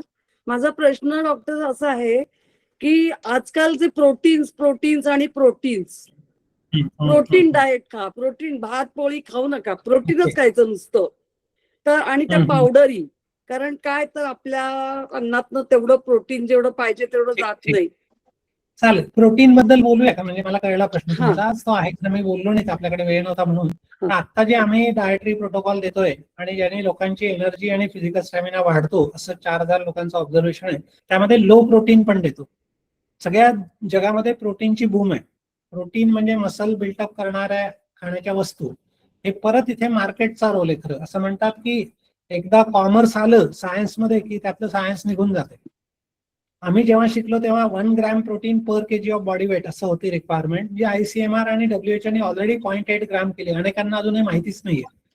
आणि तेवढ्या प्रोटीनची पण आपल्याला गरज नाहीये खरं. जास्त प्रोटीन नुकसानकारक आहे उलट, असं आहे. मध्ये ICMR ला सर्क्युलर काढावं लागलं. खास करून यंगस्टर्स मध्ये तर खूपच जास्त फॅड आहे. जिमला जातात आणि काय काय 2-2 हजार रुपये किलोचे डबे आणून खातात. इट्स ऍब्सर्ड. अतिशय चुकीचं आहे ते, घातक आहे, अनसायंटिफिक आहे. त्यामुळे ते वापरायलाच नको मुळात. प्रोटीन्स पाहिजे तर आपल्याला नॅचरल सोर्स आहे, फक्त नट्स आहे, समजा ऑइल सीड्स आहे. पण जास्त प्रोटीनने पण खूप नुकसान होतात, असं पण आहे अनुभव. प्रोटीनही मर्यादितच असणं गरजेचं आहे. हार्डली आमचा तर अनुभव आहे की 30 ग्रॅम प्रोटीन पण पुरेसे आहेत आपल्याला पर डे. ओके, ठीक. धन्यवाद डॉक्टर. माधुरीताई आणि दर्शनाताई, बाकीच्यांनी अनम्यूट करू नका प्लीज. माधुरीताई बोला. हा, नमस्कार सर, अविनाश सर. तुम्ही म्हणजे आता ही सगळी तुम्ही पुस्तकांची यादी सांगितली, पण प्रत्यक्ष पुस्तकं तुम्हीच आहात. सगळी पुस्तकं तुमच्यातच सामावलेली आहेत आणि आम्हाला तुमचं भूषण आहे. मी एक अमरावतीकर म्हणून तुमचं मी ऐकण्यासाठी उत्सुक होती. मी माधुरी मेंडसे तुम्हाला नमस्कार करते आणि स्मिता ताईंनाही नमस्कार करते. धन्यवाद सर, खूप छान सांगितलं. धन्यवाद. पुढचं दर्शना सावंत आणि उमाताई. दर्शनाताई बोला. नमस्कार सर. माझा असा प्रश्न होता की तुम्ही जसं मगाशी म्हणालात की जेव्हा तुम्ही शिबिरं घेता त्यावेळेला जे जेवण बनवलं जातं त्यामध्ये तेलाचा वापर केला जात नाही. तर मग आपण थोडक्यात सांगू शकाल का की हे कशा पद्धतीने जेवण बनवलं जातं की ज्याच्यामध्ये आपण तेल वापरायचं नाहीये? अगदी साधं असते, काहीच नाही. आपण कढई तापवतो, तेल टाकतो आणि मग मोहरी, जिरं आणि बाकी सगळं टाकतो. सगळं सेम आहे, फक्त तेल नाही वापरायचं. कढई गरम करायची, मोहरी कुठते त्याच्यात, जिरं भाजता येते तसंही. मग तुम्ही कांदा, लसण, अद्रक जे काय मसाले वापरतात ते सगळे भाजून घ्या छानपैकी. त्याचा सुगंध आला पाहिजे, भाजला गेलं पाहिजे, म्हणजे मग चवीत काही फरक नाही पडत. आणि नंतर मग तुम्ही टोमॅटो पेस्ट आणि येते मग भाजी टाका. म्हणजे बॉईल भाजी ही चांगली आहे, पण बॉईल भाजी काही आपल्याला सवय नाही, त्यामुळे ती खाणार नाही आपण आता. 4 दिवस खाऊ इच्छा म्हणून. हे आपल्याला आयुष्यभर खाता आलं पाहिजे आणि आनंदाने खाता आलं पाहिजे परत. नाही तर आता तुम्ही जर आमच्याकडे जेवायला आलात तर तुमच्या लक्षात पण येणार नाही याच्यात तेल नाहीये म्हणून. चवीला मध्ये काहीही फरक पडत नाही. चव मसाल्यांना असते, तेलाला नसते. बरं. आणि अजून एक असा प्रश्न होता. बरोबर बोलला. तेल नाही. पल्लवीताई मध्ये बोलायचं नाहीये. पल्लवी पिटले मध्ये बोलू नका अजिबात. उमाताई बोला. सर अजून एक असा प्रश्न होता की ज्यावेळेला आपण लहान मुलांना हे एक्सप्लेन करतो, आता आम्ही सलग या आरोग्याविषयी आम्ही ऐकतो आहोत, पण जेव्हा आपण मुलांना जेव्हा सांगतो त्यावेळेला जे आपण सांगितलं की पॅकेट फूड खाऊ नये किंवा इतर ज्या गोष्टी हानिकारक आहेत शरीराला त्या खाऊ नयेत. पण हे मुलांना पटवून कसं द्यायचं? त्यासाठी त्यांना कसं मार्गदर्शन करायचं? मुलांना विज्ञानाची भाषा कळते. त्या विज्ञानाच्या भाषेत सांगितलं तर त्यांना पटण्याची बरीच शक्यता असते. हं, हं, आणि घरच्या डॉक्टरचं औषध लागू पडत नाही बरेचदा, असं असते. हं. राईट. मग काय मुलं म्हणतात आता झाली रेकॉर्ड सुरू आईची बाबाची, आता बरोबर. बंद करून घेतात. त्यामुळे त्यांना अशा ग्रुप ऍक्टिव्हिटीज मध्ये कुठेतरी जरा इन्व्हॉल्व्ह केलं तर कदाचित कळेल. लेबल लिटरसी त्यांना शिकवणं गरजेचं आहे. छोट्या छोट्या असाइनमेंट, आमच्याकडे एक दिवस मुलं बनवतात स्वयंपाक याच पद्धतीचा बिना तेलाचा करून, अच्छा. 50 लोकांचा स्वयंपाक मुलं सगळे मिळून. मग अच्छा. त्यांना कॉन्फिडन्स येतो, भाजी शिल्लक राहत नाही आम्हाला शेवटी, तर अशी होते, इतकी छान होते. अच्छा. मग मुलांकरिता असे अजून काही उपक्रम आहेत का उन्हाळी सुट्टीच्या ला सोडून अजून? असतात काही स्थानिक पातळीवरती असतात काही, पण तुम्ही बरं. संपर्कात राहिले तर कळेल. म्हणजे व्हॉट्सअप चॅनल आणि अशा सगळ्या ह्याच्यातून काय बाकी पण उपक्रम असतात. महाराष्ट्रातही वेगवेगळ्या ठिकाणी आम्ही जातो, काही ना काहीतरी होतात. कधी युथ साठी कॅम्प्स असतात, मोठ्या ग्रुपसाठी पण असतात, बरं. पालकांसाठी काही करतो आम्ही, बरं. त्या गोष्टी असतात. दर्शनातही चालेल. म्यूट करा तुमचं. हा. उमाताई विचारा, मग ज्योती देशमुख. ओके. सर, माझं नाव उमा दिघे आणि माझ्या मिस्टरांना क्रॉनिक संधिवात आहे, त्यांच्या आईला, बहिणीला, सगळ्यांना. तर कुठला आहार घेण्यापेक्षा काय टाळावं आहारात, एवढं जरी तुम्ही सांगू शकलात तर. बऱ्याच गोष्टी आहे संधिवातामध्ये, प्रत्येकाचं वेगळं असते खरं, तसं नाहीये एकच म्हणून. ओके. पण एक साधारणपणे आणि ऑटो इम्युन डिसऑर्डर आहे संधिवात, म्हणजे रुमॅटॉइड आर्थरायटिस आम्ही म्हणतो त्याला. या ज्याने आपली इम्युन सिस्टम ऍक्टिव्हेट होते, जास्त हायपर होते आणि ती Yeah, आपल्या right. विरुद्ध काम करते. सांध्यांच्या स्नायूंना मारून, सांध्यांच्या पेशींना मारायचं काम करते. त्या इम्युन सिस्टीमला थंड करणारा, कूल डाऊन करणारा आहार पाहिजे असतो, जो मुख्यत्वे भाज्या, फळं आहेत. प्रोटीन्स मिनिमम असले पाहिजेत. भावनांचा पण संबंध आहे याच्याशी, नुसत्या आहाराचाच नाही, भावनांचा पण खूप संबंध असतो. त्यामुळे ओव्हरऑल ती पर्सनॅलिटी समजून घेतल्यानंतर मग नेमकं उपचाराच्या दृष्टीने नेमकं काय करता येईल ते सांगता येऊ शकते. असं हे जनरल सांगितलं मी तुम्हाला, प्रिन्सिपल जे आहे ते. डेअरी पूर्णपणे बंद सगळी, म्हणजे व्हिगन डाएट पाहिजे, डाळी सगळ्या बंद पाहिजे, ऑइल सीड सगळे बंद, नट्स बंद सुरुवातीच्या काळात तरी. ओके. मेजर पार्ट जो आहे ते भाज्या फळांवरती असलं पाहिजे. आणि थोडस भावनांचं नियोजन करणं, नियंत्रण करणं, नियमन करणं ते महत्वाचं आहे. अच्छा. ओके. म्हणजे माझ्याकडे मी म्हणालो आता जे सांगितलं उदाहरण, एक 26 वर्षानंतर त्यांना रुमॅटॉइड आर्थरायटिस होता, मेडिकल कॉलेजच्या प्रोफेसर. 26 वर्ष त्या खाली नव्हत्या बसलेल्या, 4 महिन्यात ते 10-20 मिनिटं वज्रासनात बसायला लागल्या. हो, अरे वा. आणि अशी उदाहरणं आहे ज्याला मिरॅकल म्हणता येईल, अशी बरीच उदाहरणं दिसतात आम्हाला होताना. अर्थात मी असं म्हणणार नाही की प्रत्येकामध्येच हे होईल, पण आहेत अशी खूप सारी उदाहरणं आहेत डेफिनेटली. म्हणजे भाज्या फळं हे जास्त खायचं, प्रोटीन्स कमी खायचं. मेजर पार्ट भाज्या, फळं, मायक्रोन्यूट्रिएंट आणि दुधाचे पदार्थ कमी, म्हणजे दूध सगळं नाही. प्रोटीन नाहीच, म्हणजे नाहीच. दूध, साखर, तेल ह्या गोष्टी तर नाहीच खायच्या, झिरोच. अच्छा. ओके. Thank you sir. एका बाजूने आग भिजून राहिले आणि थोडंसं पेट्रोल टाकलं, 2 चमचे फक्त एकदाच आठवड्यातून, पुन्हा भडकेल ना ती. आठवड्याभराचे प्रयत्न सगळे वाया जातील. कन्सिस्टन्सी लागते. ओके. थँक्यू. ठीक. ज्योतिताई, अंजलीताई आणि जान्हवीताई. ज्योतिताई विचारा. हॅलो, नमस्कार सर. हा, नमस्कार. नमस्कार स्मिताताई. सर, सगळ्यात पहिले तर तुम्ही जे 93 वर्षाचे तरुण आणि ब्ल्यू झोन मधले 100 वर्षाचे तरुण म्हटलं ना, ते ऐकून खूप आनंद झाला की चला आपण आता तारुण्याकडे पुन्हा वळतोय म्हणून. बिलकुल. रिव्हर्सल ऑफ एजिंग हाच कन्सेप्ट, Yes. त्याबद्दल खूप सारे रिसर्चेस आहेत. Yes sir. सर, माझा प्रश्न ना प्रोबायोटिक बद्दल होता ऍक्च्युली, की तुम्ही जे मेन्शन केलेले आहेत सगळे भाज्या आणि हे खाण्याचं, पण जसं प्रोबायोटिक आजकाल तुम्ही पाहताच आहे की खूप रील्स मध्ये सारखं त्याच्याबद्दल येतं, तर दह्यात मिळतं. काहीच गरज नाही, आर्टिफिशियली काहीही घ्यायचं नाही. तुम्ही जे नाही. आयुष्यात खाऊ शकता आणि ज्या खाण्याच्या वस्तू आहेत तेवढ्याच घ्यायच्या. तुम्हाला काही प्रोबायोटिक, प्रीबायोटिक घ्यायची गरज नाही. वेगळं सप्लिमेंट्स वगैरे घ्यायची काही गरज नाही, सप्लिमेंट्स वगैरे. काहीच नाही, शून्य. Okay sir. आणि सर, जसं तुम्ही कच्च्या म्हणजे सॅलड खायला सांगितलं, तर एक 40-45 नंतर खूप शक्य नाही होत ते कच्चं खाणं, तर तेव्हाही तुम्ही हाफ स्टीम करून घेता येते, हा. त्याची स्मूदी बनवून घेता येते, बरेच ओके, वेगवेगळ्या फॉर्मॅट करतायत, त्याला युक्त्या आहेत तशा. ओके सर, चालेल. थँक्यू. अंजलीताई, जान्हवीताई.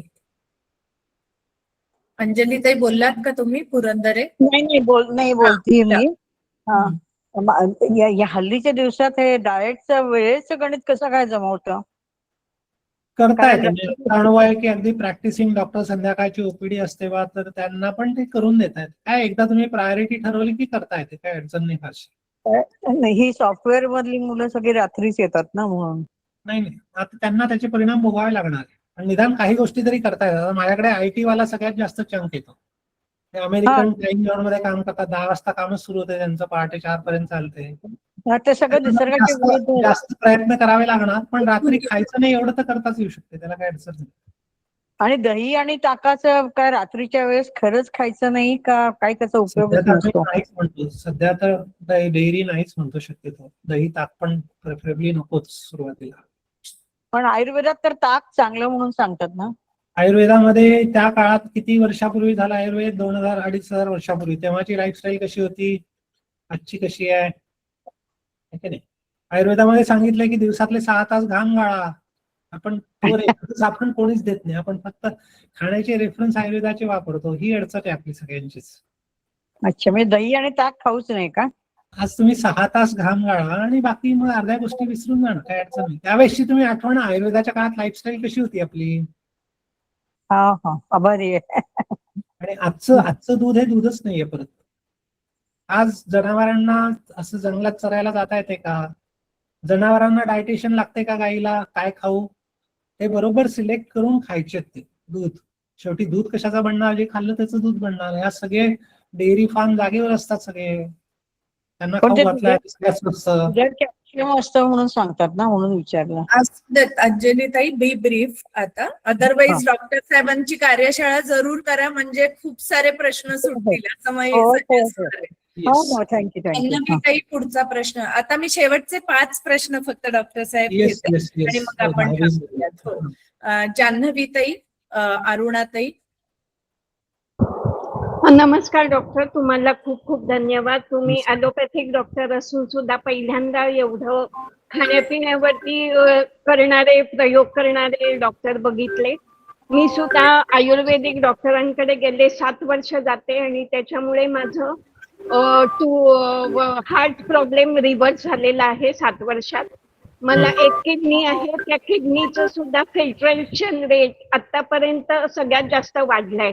आणि फक्त डाएट वरती आणि योगा ऑफकोर्स मी करतेच. तुम्हाला खूप खूप धन्यवाद. आणि नक्की मला काही आणखीन लागलं तर मी नक्की तुम्हाला पण कन्सल्ट करेन. Thank you very much. Okay, Arunatai आणि सतीश दादा, याच्यानंतर आणखीन 2. अरुणाताई, सतीश दादा, सुषमाताई आणि प्रसाद कुलकर्णी. मग त्याच्यानंतर मी नाही घेणार आहे. विचार आणि डायरेक्ट प्रश्न तुमचे खूप छान माहिती मिळाली आयुर्वेदाची. गावळ्यांना मुतखड्याचा त्रास होतो सतत, तर त्यांच्यासाठी आहारामध्ये काय बदल करावा लागेल? नाही, असं नाही सांगता येणार स्पेसिफिक. मुतखड्यासाठी काय कुठल्या प्रकारचे त्याच्यानुसार काही आहारातले बदल करायला लागतात. ऑक्झॅलेट असते, काही फॉस्फेट असतात, त्यानुसार काही गोष्टी थोड्याशा जपून वापरणं, एवढंच भाग आहे. तुमच्याशी संपर्क साधला तर ते अमेरिकेत असतात. काय सगळं ऑनलाईनच आहे. माझ्याकडे अमेरिकेतले 400-500च्या वर पेशंट झालेले आहेत. हा, संपर्क साधला. स्मिताताई नंबर देतील. हो, येस, नक्की. सतीश दादा विचारा. थँक्यू. नमस्कार ताई. नमस्कार डॉक्टर साहेब. तुम्हा दोघांनाही पहिले खूप खूप धन्यवाद. मी कुवेतवरून बोलतोय आणि जेव्हा तुम्ही बोलत होते की रात्री 7 वाजेपर्यंत जेवायला पाहिजे, तर माझं तेव्हा जेवण झालं होतं. मी ऍक्च्युली 6:30 जेवण करतो. आता आमचे 8 वाजलेले. तर माझा क्वेश्चन होता की युरिक ऍसिड माझं फ्रिक्वेंटली वाढतं आणि अजून म्हणून किडनी स्टोन पण होता, त्यासाठी थोडं मार्गदर्शन पाहिजे होतं. युरिक ऍसिड परत मेटाबॉलिझम मध्ये गडबड आहे लिव्हरच्या. आणि दुसरं जे युरिक ऍसिड, युरिया, क्रिएटिनिन हे सगळे नायट्रोजन बेस्ड कंपाऊंड आहे. हे सगळे हाय प्रोटीनमुळे होतात. प्रोटीन रिस्ट्रिक्ट करावे लागतील, लाईफस्टाईल मध्ये काही बदल करावे लागतील. लिव्हर मध्ये काही फॅटी लिव्हर ग्रेड 1 ग्रेड 2 असेल कदाचित, शक्यता असते. एकदा जरा बघून करता येते. युरिक ऍसिड कमी होते, काही प्रॉब्लेम नाही. त्यासाठी काही औषधं घेण्याची गरज नाही पडू शकत. आणि तुमची संस्था कुठे आहे तरी? महाराष्ट्रात संस्था कुठं आली? अमरावतीला असतो मी तसं base. Okay, thank you sir, thank you very much. सुषमाताई आणि प्रसाद दादा. सुषमाताई बोला. प्रसाद दादा बोला तुम्ही.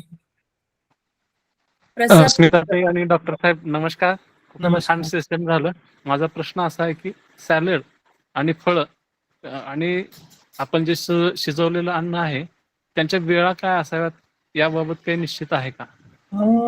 जेवण जे आहे, जेवणाच्या सोबत सॅलड, भाज्या सगळं घेता येते, काही अडचण नाही. जेवणामध्ये फळं वेगळी घ्यायची शक्यतो 2 जेवणांच्या मध्ये. फळं जेवणाच्या सोबत नाही घ्यायचे प्रेफरेबली. दिवसा आणि रात्री असं काही फरक आहे का? नाही, असा फार फरक नाहीये काही. थँक्यू डॉक्टर साहेब. सुषमाताई बोला आता, अनम्यूट करता येत असलं तर. माईक चालू करा तुमचा. नाही होते, नाही होते. ठीक आहे, आपण थांबूयात. मला वाटतं आपण म्हटलं तर त्याप्रमाणे. नाही, आता विचारू नका प्लीज, माझी विनंती आहे. मला कल्पना आहे की तुम्हाला खूप अजून प्रश्न असतील, अगदी साहजिक आहे. पण आपण कुठेतरी रेस्ट्रिक्ट करतोय रोज, तर तसं करूया. आणि ज्यांचे प्रश्न राहतील त्यांनी मला पाठवा, ते मी डॉक्टर साहेबांना फॉरवर्ड करेन आणि त्याची उत्तरं आल्यानंतर मी तुम्हाला करेन. आणि जमल्यास उद्या आपण त्यातले जर काही अगदी जेन्युइन आणि सगळ्यांना उपयोगी असतील असं असेल तर मी नक्की घेईन. पुन्हा एकदा डॉक्टर साहेब आपल्याला धन्यवाद देते. अतिशय छान मार्गदर्शन आज झालेलं आहे आणि मी हक्कानं तुम्हाला पुन्हा पुन्हा बोलवत राहणार आहे, हे आजच सांगते. आणि उद्या परत 9 वाजता भेटूया. येस, आता इथे थांबू. क्लोजिंग प्रेयर फक्त घेते आणि मग आपण थांबूयात. सगळ्यांनी पुन्हा एकदा नमस्कार मुद्रेमध्ये हात घ्यायचे आहे. सर्वे भवन्तु सुखिनः, सर्वे सन्तु निरामयाः, सर्वे भद्राणि पश्यन्तु, मा कश्चित् दुःखभाग् भवेत्. ओम शांति शांति शांति. धन्यवाद. पुन्हा एकदा धन्यवाद आणि इथे थांबूया. उद्या 9 वाजता सगळ्यांनी असंच उपस्थित राहूया. आज 501 आकडा दिसला डॉक्टर साहेब, म्हणजे 501 मीटिंग फुल होऊन गेली होती. हो, मी पण मग शेवटी आता तुम्हाला कॉल केल्यानंतर काही ग्रुपमध्ये शेअर केले, कदाचित असतील त्यातले पण काही. असतील. Yes, thank you. धन्यवाद. धन्यवाद स्मिताताई आणि डॉक्टर साहेब, खूप खूप धन्यवाद. धन्यवाद मॅडम. धन्यवाद.